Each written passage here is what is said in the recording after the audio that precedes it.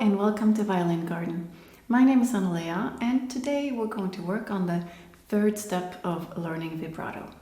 As I spoke of in the previous videos, the first step is a very important step, practicing the movement, the motion of vibrato without the instrument. This way you allow your body the time it needs to practice this motion without the interference of the instrument or the sound of the instrument. So I highly recommend you do this if you haven't done it yet, because we also practice the vibrato in the wrist to practice the relaxation of the wrist and the relaxation of the finger joints. So that was the first step, and usually doing this for 2 to 3 weeks is sufficient with everyday practice. The second step is with the violin, and we've begun the last practice in the guitar position in order to relax the thumb joint. The thumb joint needs to be very flexible because the thumb stays in place during the vibrato movement, and the arm and the hand moves away from it and then back again. So as we practice this, we relax our thumb joint, and then we transfer the exercise to the violin position, and we do it nice and soft and slow here, remembering that we always start the movement towards the scroll as the pitch changes to the lower pitch and then back up to the pitch again. So we just do it like this, and we only have one contact point currently, which is the thumb. Okay, so we're not touching here ever when we vibrate. Okay, so we just do this a little bit to remind the arm and the body what it feels like. The shoulder is relaxed and the arm is heavy. We allow gravity to help us here. In fact, it should be so relaxed that it's nearly falling down. Okay, it's just being held up by the touch of the thumb and the minimal effort in your arm to keep your arm upright. And we just sway back and forth like this. And now we're going to add the bow, which is the third step of the process. So you bring your bow, and we're going to draw a smooth and straight bow on the A string.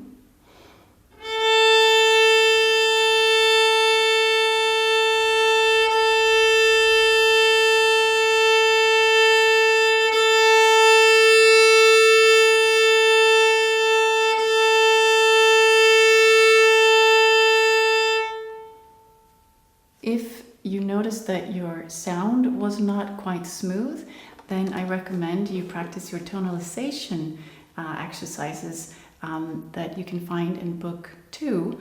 But those are the foundation for a smooth sound in your right hand. We practice how to draw a straight bow from frog to tip, and the right placement of it and the right speed, so that the sound is steady. Now back to the vibrato.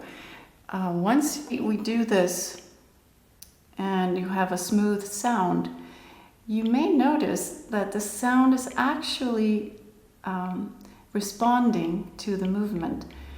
And what I mean by that is that it starts to vibrate even if the finger isn't on the string. And we can hear this most clearly on the G string, so I invite you to try this with me now. So on the G string, and just the same vibrato without fingers.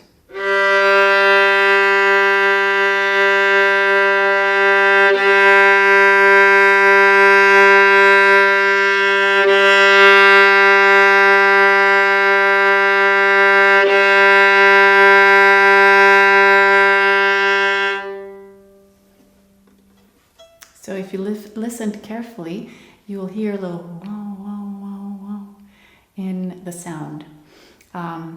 And that's what we want with this exercise. So usually practicing this on all strings for a few minutes every day for a week or 2 is sufficient before you move on to the next step. But you want your sound to be smooth and your movement to be as relaxed and effortless as possible. Now we move on to the second exercise, which is adding one contact point in the finger. We add the third finger on the A string, which is a harmonic, and we just want to have a harmonic pressure. So this note and this contact point is not touching the violin. So we just have the thumb and the finger. And now we're going to glide the finger on the string like that. So the finger isn't actually doing anything, but it's the arm doing the motion. And we're going to draw the bow at the same time, so you won't hear the harmonic the entire time, but it's about this movement. Okay, ready?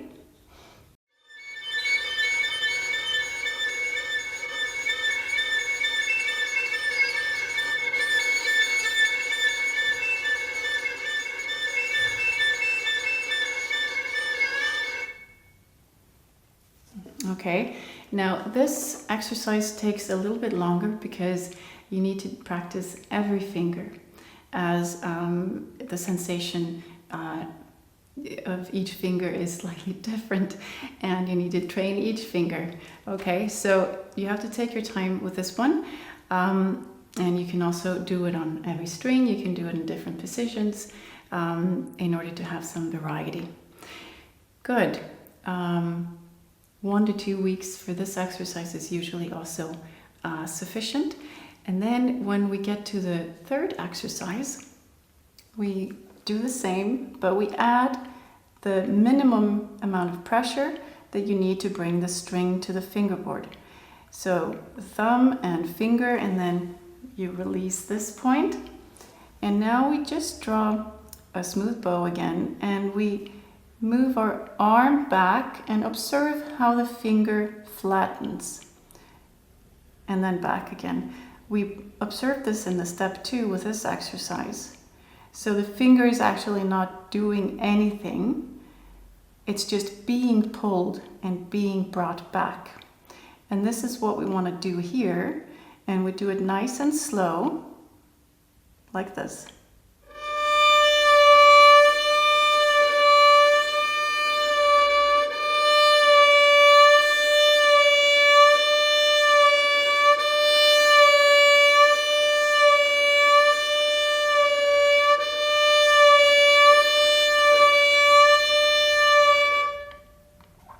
Okay, now this, what I want you to pay attention to here is that the movement is round, so that there are no sharp edges, so not like this,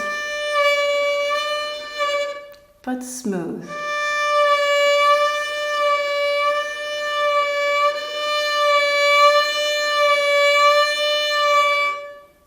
Yeah, and then you practice every finger. Usually the second and the third finger are the easiest, and the first and the fourth are a little bit more challenging, but with patience you can get those to also vibrate really beautifully as well. So take your time, practice each finger every day, and you can also alternate, play it, practice on every string in different positions, but always aim for a beautiful sound and regular movements in your arm and this relaxed feeling. I also like practicing this with my eyes closed so that I can really feel how the body is doing it. Yeah, so then once you have done this for a week or two and this feels comfortable, now we can add a little bit more speed. And this is good to do with metronome. So if we just did quarters, the next would be to do eighth notes, like this.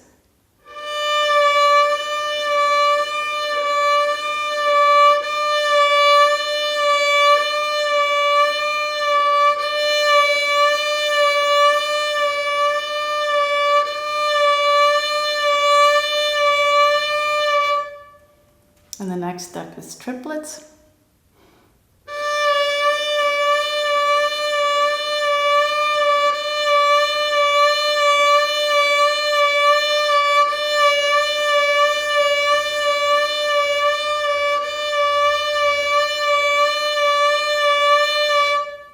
And the next after that is 16th notes.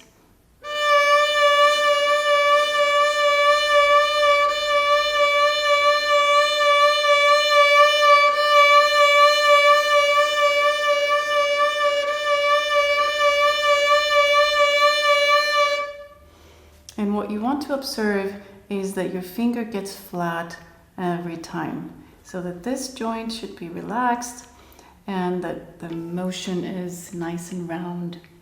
And then you can speed up the metronome beat so that eventually it gets faster and faster. And again, we practice every finger every day, and within a short time, actually, if you've done all of the basic steps, this one should come quite easily. And then you can move on to the fourth exercise, which is then doing the tonalization exercise with vibrato, like this. So I'll do the G major one.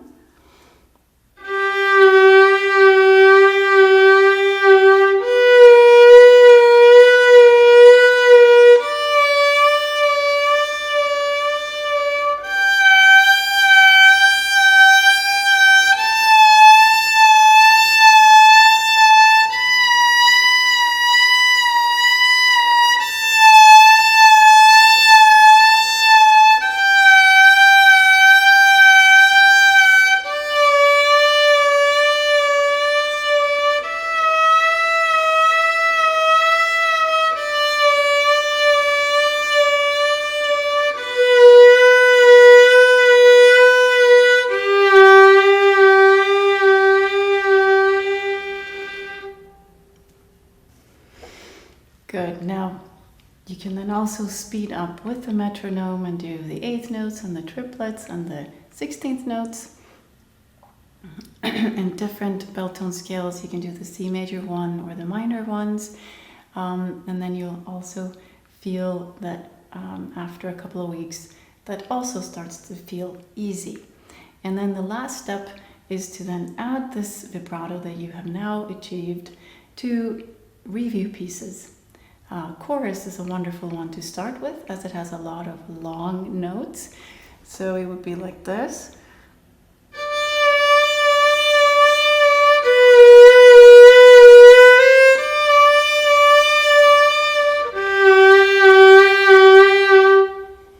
And I recommend doing as wide a vibrato as you can, because once you are getting used to always doing a wide vibrato and it becomes automatic. Remember, 10,000 repetitions of something is what we need in order to really be able to do something. And the more wide vibrato you practice over several months, the closer you are to these 10,000 repetitions.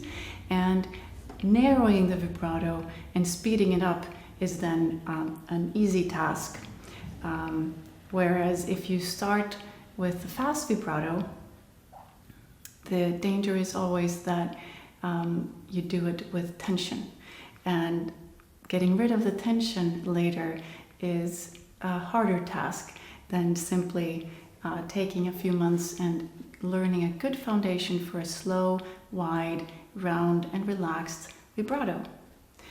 Now, I hope this was helpful to you, and please remember that these things take time and are always best learned with the observant eye of a teacher who can guide you and show you if you're having tension somewhere or if there are things that you can improve. So I hope you enjoyed this practice. Please let me know in the comments below. I love hearing from you, and I read every comment. So thank you for sharing your experience, and I wish you a beautiful practice and a blessed day. Until next time.